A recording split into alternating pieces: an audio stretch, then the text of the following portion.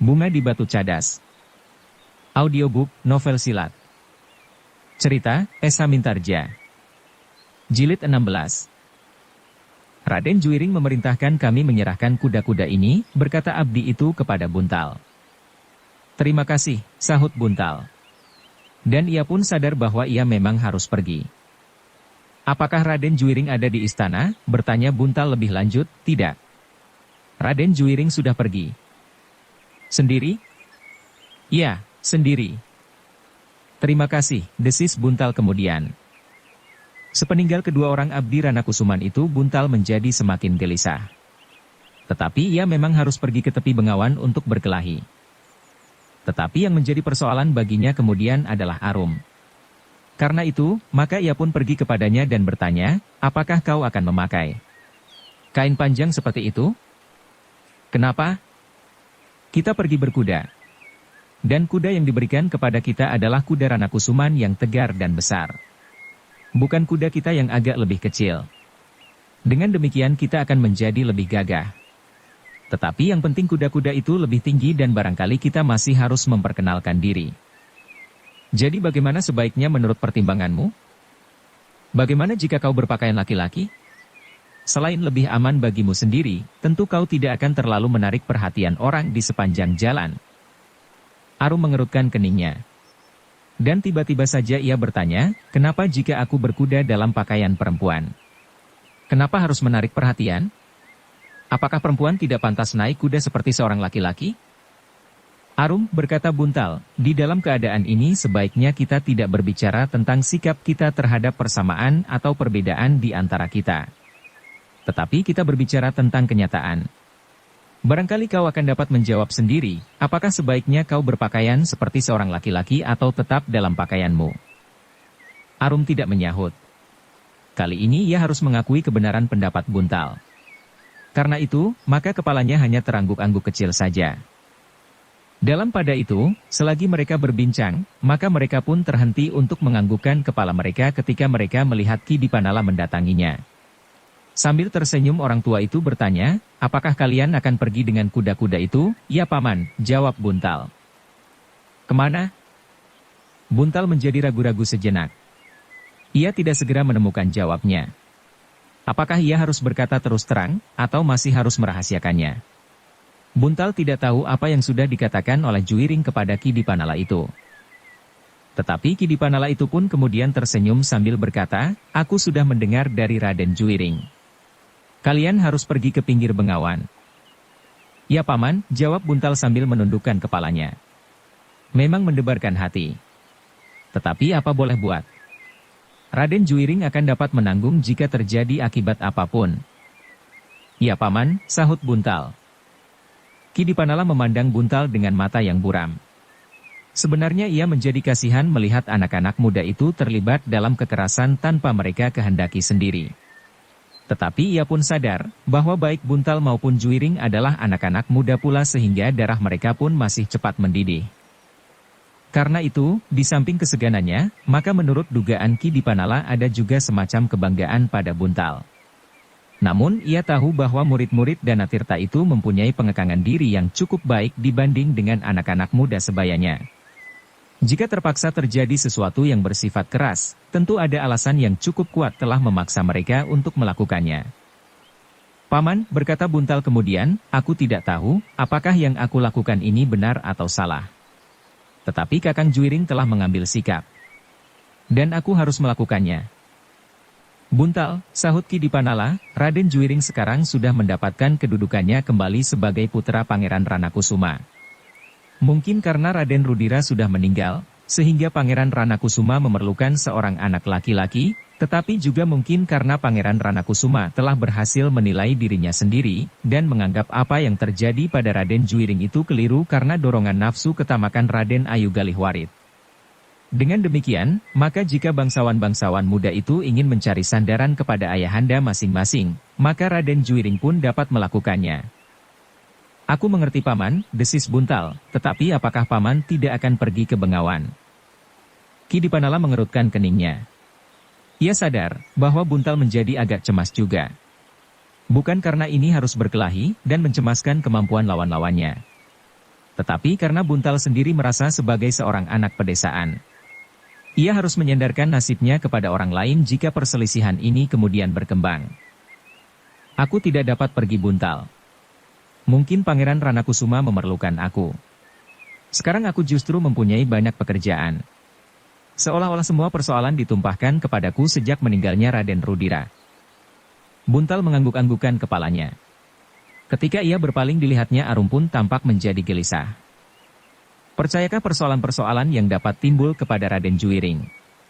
Jika ia menemui kesulitan, aku akan mencoba ikut memikirkannya, berkata Ki Dipanala kemudian, lalu, pergilah. Aku akan kembali ke Ranakusuman.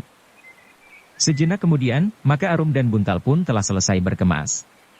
Arum memakai pakaian seorang laki-laki, sehingga dalam sekilas tidak seorang pun yang dapat mengenalnya sebagai seorang gadis. Demikianlah maka keduanya pun kemudian segera pergi ke pinggir bengawan seperti yang sudah dijanjikan. Meskipun Buntal telah siap menghadapi segala kemungkinan, namun hatinya masih berdebar-debar juga.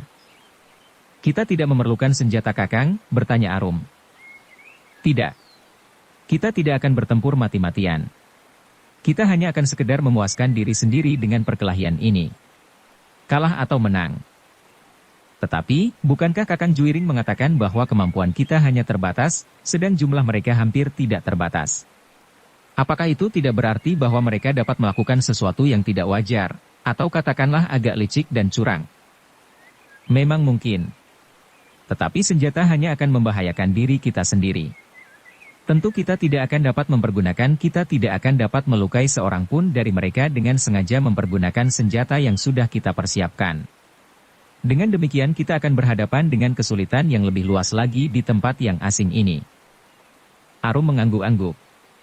Ia mengerti maksud Buntal, sehingga karena itu, maka ia pun tidak bertanya lebih lanjut. Namun demikian di dalam hatinya ia berkata, kecuali senjata yang dapat kita rampas pada waktu itu. Dengan demikian berarti bahwa kita benar-benar sekedar membela diri. Ketika Arum kemudian menengadahkan wajahnya, dilihatnya matahari sudah bertengger di ujung barat. Namun masih dapat melihat dengan jelas wajah-wajah orang yang berjalan di sepanjang jalan memandangnya dengan heran. Jarang sekali ada orang-orang berkuda di tengah-tengah kota selain para bangsawan muda dan prajurit. Kadang-kadang memang ada para pedagang yang tergesa-gesa menyelesaikan persoalannya. Tetapi tidak anak-anak muda berpakaian petani seperti Buntal dan Arum. Namun kedua anak-anak muda itu seakan-akan tidak menghiraukan mereka yang memandanginya sambil bertanya di dalam hati. Mereka maju terus, meskipun tidak terlampau kencang. Ternyata Buntal masih mengenal dengan baik jalan menuju ke pinggir bengawan seperti yang telah dijanjikan. Meskipun jalan itu kemudian menjadi agak sulit, namun mereka pun semakin kuna menjadi semakin dekat dengan bengawan yang berarus deras dan berwarna lumpur. Ketika kuda mereka menuruni tebing yang agak landai dan sampai di atas pasir tepian, maka keduanya pun terkejut. Ternyata mereka melihat tidak saja bangsawan-bangsawan muda yang dijumpainya dan yang telah bertengkar dengan mereka, tetapi jumlah itu telah bertambah lagi. Nah, ternyata yang dikatakan Raden Juwiring itu benar, desis Arum. Apa boleh buat, sahut Buntal. Dan kita dapat dilemparkan ke dalam bengawan itu, apa boleh buat. Tetapi mereka tidak akan melakukannya di hadapan Raden Juwiring, putra Pangeran Ranakusuma, seorang senapati yang disegani di Surakarta ini. Dan agaknya kita sudah mulai menyandarkan diri. Apa boleh buat. Sejenak kemudian kedua ekor kuda itu berjalan di atas pasir tepian. Perlahan-lahan keduanya maju mendekati segerombolan bangsawan-bangsawan muda yang sudah menunggu. Ternyata keduanya datang, berteriak salah seorang dari mereka. Apakah yang seorang itulah Arum? Nampaknya seperti seorang laki-laki. Seorang bangsawan muda tiba-tiba saja meloncat naik ke punggung kudanya dan menyongsong Buntal. Beberapa langkah di hadapannya ia berteriak, yang seorang adalah gadis itu. Ia berpakaian seorang laki-laki. Pantas sekali. Justru ia tampak sebagai seorang anak muda yang tampan sekali. Aku justru jatuh cinta kepadanya. Kata-kata itu bagaikan bara yang menyentuh telinga Arum dan Buntal. Tetapi mereka berdua sama sekali tidak menyahut. Mereka masih tetap maju perlahan-lahan. Bangsawan yang seorang, yang menyongsongnya itu masih saja mengitari keduanya sambil berteriak, kita tidak dapat sekedar bermain-main. Agaknya anak ini yakin benar akan dirinya. Arum dan Buntal masih berdiam diri. Mereka mengerutkan kening ketika mereka melihat Raden Juwiring melangkah maju. Katanya kepada Buntal, "Nah, kemarilah. Kita akan membuat perjanjian. Perjanjian seorang laki-laki." Bangsawan muda yang berkuda di sebelah Arum itu berkata, "Tidak ada yang menyebut aku seorang perempuan. Sedangkan gadis ini pun berpakaian seperti laki-laki." "Bukan pakaiannya," jawab Juwiring, "aku tahu bahwa seorang laki-laki dapat saja berbuat seperti perempuan. Tetapi juga sebaliknya, seorang perempuan dapat berbuat seperti seorang laki-laki. Apa yang dilakukan oleh laki-laki dan apa yang dilakukan oleh perempuan? Laki-laki akan menghargai kelaki-lakiannya di dalam setiap persoalan. Apa yang dikatakan dilakukannya. Ia yakin akan sikapnya, tetapi tidak mengingkari kenyataan. Ia berani mempertahankan keyakinannya, tetapi berani mengakui kesalahannya apabila hal itu disadarinya. Dan perempuan? Perempuan kadang-kadang menggantungkan diri kepada laki-laki. Ia pasrah kepada keadaan meskipun kadang-kadang harus mengeluh. Menekan perasaan di dalam dadanya sambil menekan gejolak hati. Tetapi sudah aku katakan, kadang-kadang terdapat kelainan. Dan kalian akan melihat kelainan itu di sini." Bangsawan-bangsawan muda itu memandang Juwiring dengan heran. Lalu salah seorang di antara mereka bertanya, "Apa yang akan kita lihat di sini?" "Tidak apa-apa. Tetapi marilah kita membuat perjanjian. Perjanjian yang saling kita hormati," sahut Juwiring. "Oh," bangsawan muda yang bertubuh kekar itu pun maju selangkah, "aku tahu, kau menyangka bahwa kami akan berbuat curang. Itulah yang kau maksud, bahwa kita akan melihat kelainan di sini. Syukurlah jika hal itu tidak terjadi. Kau sudah menghina kami. Dan kami tidak rela membiarkan diri kami mendapat penghinaan semacam itu. Karena itu kalian harus membuktikan bahwa aku keliru." "Persetan," suruh anak itu turun dari kudanya. "Kita akan melihat siapakah yang curang dan licik." Juwiring mengangguk-angguk sambil menyahut, "Ya." Biarlah ia mendekat. Buntal yang sudah ada di dekat segerombolan anak-anak muda itu pun meloncat turun dari kudanya diikuti oleh Arum. Sekilas mereka masih melihat warna-warna merah yang tersangkut di bibir Mega yang bergumpalan menghiasi langit yang jernih. "Cepat katakan," geram bangsawan muda yang bertubuh kekar itu, "apakah yang kita jadikan syarat dari perkelahian ini? Aku sudah tidak sabar lagi." "Kita saling menghormati," sahut Juwiring, "yang kalah harus segera menyatakan kekalahannya dan yang menang tidak akan berbuat lebih banyak lagi. Itu agaknya syarat yang paling lunak, tetapi memadai." "Persetan," desis anak muda yang bertubuh kekar itu, "selebihnya?" "Tidak ada. Kita sudah saling mengetahui bahwa jika kita bertanding, kita tidak boleh menggigit dan menggelitik." "Cukup," bentak anak muda yang masih ada di punggung kuda, yang semula menyongsong Buntal dan Arum, "kau menganggap kami seperti kanak-kanak yang baru pandai berjalan." "Bukan maksudku. Tetapi biarlah kita menjadi jelas pada persoalan yang sama-sama kita hadapi. Kita akan menjadi saksi." "Sekarang, kita mulai sekarang," desis anak muda yang lain. "Kita membuat lingkaran. Sebentar lagi matahari akan terbenam. Dan kita harus sudah mulai. Kita akan menguji siapakah yang memiliki indera lebih tajam di dalam kegelapan." Demikianlah maka anak-anak muda itu pun segera membuat sebuah lingkaran. Mereka berdiri di atas pasir yang basah dengan hati yang berdebar-debar. "Cepat, masuk ke dalam arena," berkata salah seorang dari mereka. Bangsawan muda yang bertubuh kekar itu pun segera masuk ke dalam lingkaran. Juwiring yang berdiri di pinggir lingkaran itu pun kemudian memanggil Buntal, "Masuklah. Lawanmu sudah siap. Kita hanya ingin melihat, apakah jika kalian dibiarkan berkelahi, yang sedang memiliki kekuasaan dan kewenangan selalu menang." "Kau jangan selalu menghina kami," bentak anak muda yang bertubuh kekar itu. "Lalu, kenapa bukan kau saja yang memasuki arena? Kita akan berjanji bahwa kita tidak akan menyeret orang tua kita masing-masing, karena aku tahu bahwa Pamandar Ranakusuma adalah seorang senapati yang terpandang. Kau dan aku sederajat. Jika kau menganggap dirimu mempunyai hak dan wewenang khusus, melampaui hak dan wewenang anak pedesaan, maka aku pun mempunyainya, sehingga perkelahian di antara kita, siapapun yang menang tidak akan dapat memberikan jawaban atas pertanyaan kita." Buntal menarik nafas dalam-dalam. Seakan-akan ia melihat Juiring yang lain daripada Juiring yang rendah hati di padepokan Jati Aking. Juiring yang ada di pinggir arena itu adalah Juiring yang agak sombong dan tinggi hati. Tetapi seperti yang sudah dikatakannya, di hadapan anak-anak muda yang bengal itu, maka Juiring pun harus bersikap serupa. "Cepatlah, jangan ragu-ragu," berkata Juiring kepada Buntal yang masih berdiri di tempatnya. Buntal pun kemudian melangkah maju mendekati lawannya di arena. Sejenak ia memandang wajah bangsawan muda yang bertubuh kekar. Tubuh yang memiliki kemungkinan yang sangat baik jika bangsawan muda itu mendapat tuntunan yang tepat di dalam olah kanuragan. Karena itu, seperti yang selalu dinasihatkan oleh Kiai Danatirta, Buntal tidak memandang rendah lawannya meskipun menurut Juiring, anak-anak muda itu hampir tidak pernah menuntut ilmu apapun juga selain berbuat bengal. "Nah, kita akan segera mulai," berkata Juiring, "marilah kita bersama-sama menjadi saksi. Saksi yang jujur atas perkelahian yang bakal terjadi." "Jangan banyak bicara lagi," desis bangsawan yang bertubuh kekar. "Baik. Mulailah." Bangsawan muda yang bertubuh kekar itu mulai bergerak.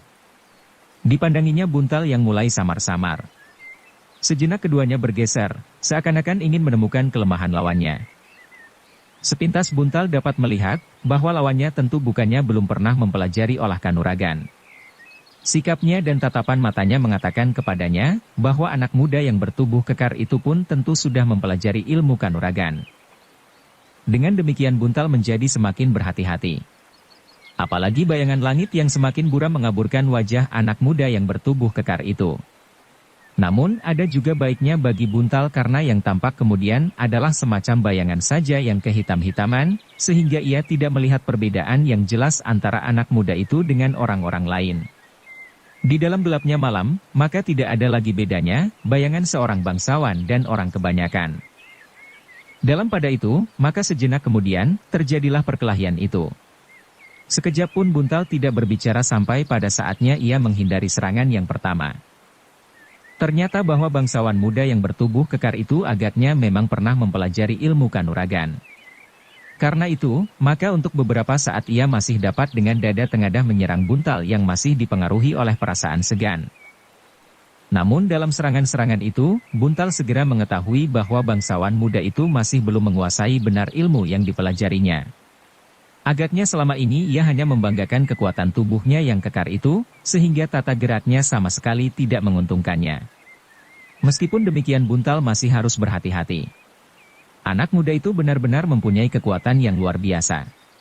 Adalah kebetulan sekali bahwa Buntal pun telah mempelajari ilmunya dengan cara yang berbeda dengan Juiring, yang lebih banyak menyandarkan juga pada gerak jasmaniahnya, sehingga di dalam saat tertentu, jika terjadi benturan kekuatan, Buntal mampu mengimbangi kekuatan lawannya. Bahkan kadang-kadang Buntal dengan sengaja tidak menghindari serangan anak muda yang bertubuh kekar itu, tetapi membenturnya dengan kekuatannya pula. Meskipun malam menjadi gelap, tetapi keduanya mampu meneruskan perkelahian itu dengan sengitnya. Mereka berganti-ganti menyerang dan bertahan. Silih ungkih, seolah-olah keduanya memiliki ilmu yang seimbang. Tetapi sebenarnya Buntal segera mampu menguasai lawannya apabila ia menghendakinya. Ia memiliki bekal jauh lebih banyak dari anak muda yang bertubuh kekar itu. Apalagi di dalam kelamnya malam ketajaman penglihatannya sangat membantunya. Namun demikian ada sesuatu yang menahannya untuk tidak segera memenangkan perkelahian itu. Ternyata ia mempunyai rasa hormat pula kepada para bangsawan. Buntal masih mengharap bahwa jika ia kemudian menang, maka kemenangannya itu tidak terlampau menyakitkan hati lawannya, yang kebetulan adalah seorang bangsawan. Tetapi agaknya berbeda dengan Arum. Ia dapat melihat kelebihan Buntal seperti juga Juiring. Rasa-rasanya ia ingin mendorong anak muda itu agar segera menyelesaikan perkelahian, kemudian dengan demikian mereka akan meyakini kelebihan anak-anak pedesaan dari para bangsawan. Sementara itu, bangsawan-bangsawan muda yang menyaksikan perkelahian itu pun menjadi berdebar-debar. Bagi mereka perkelahian itu adalah perkelahian yang dahsyat sekali, karena mereka melihat keduanya saling mendesak dan kadang-kadang keduanya terdorong surut oleh benturan yang keras. Namun sebenarnya lah bahwa anak muda itu menjadi heran.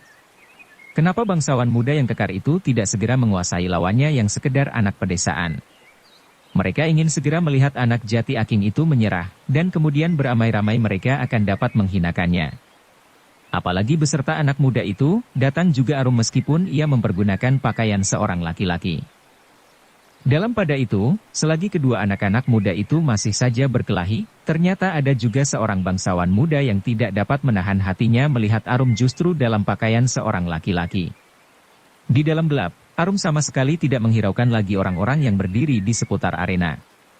Perhatiannya sepenuhnya terpusat kepada perkelahian itu, sehingga karena itu, maka ia berdiri saja tanpa prasangka terhadap bangsawan-bangsawan muda itu. Dan itulah kesalahannya.